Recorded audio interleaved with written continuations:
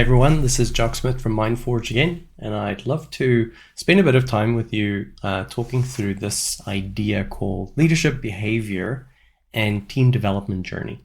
So this is a model that we've been working on at MindForge to try and help people make sense of how to use situational awareness as well as your team's context to be able to determine how should you behave in order to first address the situation appropriately according to skills, confidence, and the complexity involved, but also in terms of being able to allow your team to grow and what sort of challenges to take on for that growth to be productive.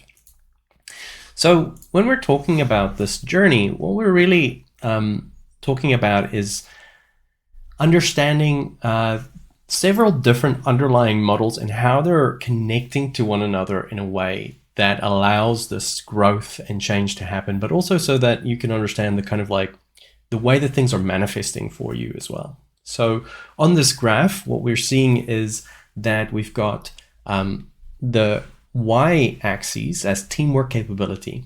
Now, what teamwork capability is referring to is the idea that we're talking about like people's ability to make sense of the situation that they're in, but also their ability to collaborate as a team, because a team isn't just a matter of putting people together to do something. A team is about synergies. It's about how people collaborate together in order to be able to create something that's bigger than themselves.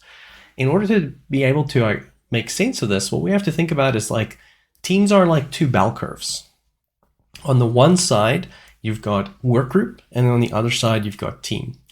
And teams exist kind of like as a spectrum between these 2 points, like what we refer to as teams in work contexts.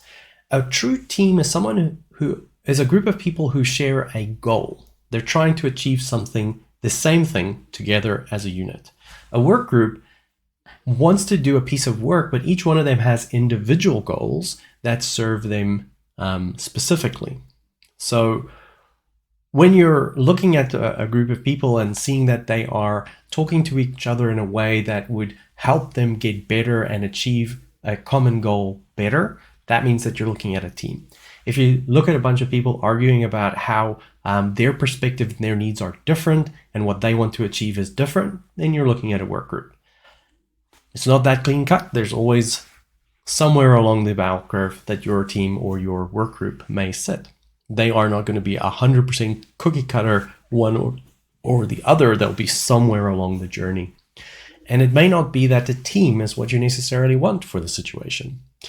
When we do want a team, which means we want a group of people that are working together collaboratively in order to take on situations and overcome them, then what we want to consider is how good are they at their communication? How good are they at decision making? How good are they at being able to give each other feedback? How good are they at being able to get behind a vision and follow through on that vision? And how good are they at being able to assess the situation that they find themselves in and picking the appropriate tools and knowledge in order to be able to work through that? The next thing that we're looking at is the situation itself. So we're saying, well, situational clarity. Well, in order to explain this, we look at Cynefin. Cynefin is a framework for making sense of complex adaptive systems. If you don't know Cynefin, I encourage you to look up one of our other videos around Cynefin. If you're doing the team effectiveness course, you'll find that in the overview and basics covered in some detail.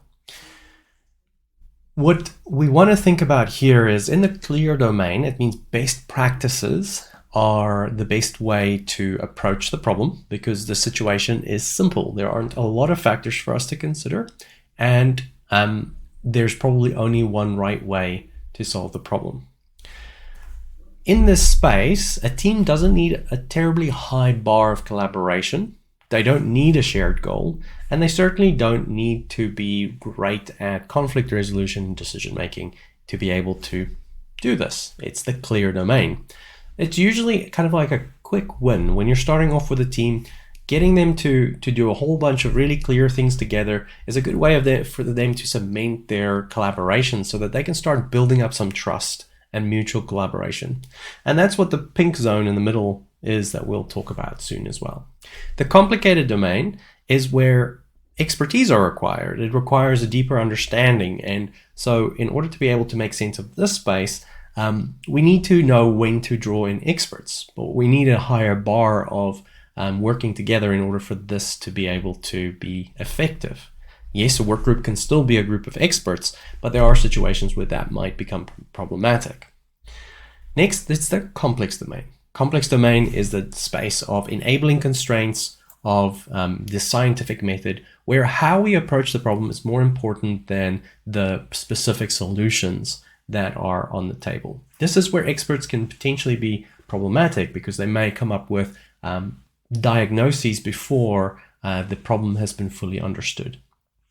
And finally, we have the chaotic domain, which is the space on the right-hand side, which allows us to kind of like make sense of when there aren't a lot of things visible, we don't know how they connect, and we're not sure what the cause and effect is. So we just need to try something to be able to get started somewhere. Again, Cynefin is a fairly deep topic, and there's a more in-depth video earlier on in this course that you can go through in order to make sense of that.